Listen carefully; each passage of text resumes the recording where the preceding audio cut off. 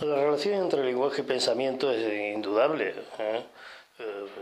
Ha sido muy discutido incluso el tema que es más una especie de discusión casi académica de si realmente el pensamiento precede al lenguaje o el lenguaje precede al pensamiento. En cualquier caso son dos funciones humanas muy ligadas.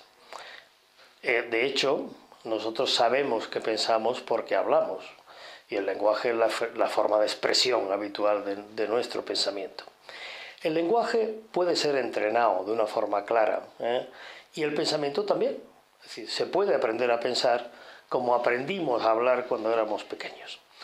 Como el aprendizaje del lenguaje es muy temprano, da la sensación de que el aprendizaje del lenguaje es algo que va de suave, que viene con el desarrollo biológico de la persona, y es cierto, pero evidentemente el lenguaje se aprende porque está uno inmerso en una comunidad, en unas personas, en otros seres humanos que hablan ese lenguaje. Por eso los españoles hablamos español y los chinos hablan chino. Los chinos hablan chino sin dificultad, los españoles hablan español sin dificultad, y cuando un español pretende hablar chino o un chino pretende hablar español se encuentra con grandes dificultades. Por tanto, insisto, el lenguaje tiene ese carácter de inmediatez, casi de naturalidad, casi de espontaneidad, que no nos hace plantearnos demasiado cómo se generó, pero se generó. Y el pensamiento se genera también. Lo que pasa es que el pensamiento lo podemos perfeccionar a lo largo de nuestra vida. Perfeccionando el lenguaje, que es la cuestión, perfeccionamos el pensamiento. De luego una interacción positiva entre ambas cosas se da.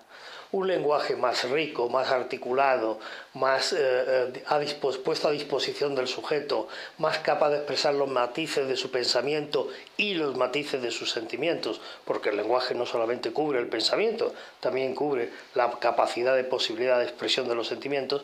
Evidentemente hay que pensar, valga la redundancia, que redundará en mejor posibilidad de pensar.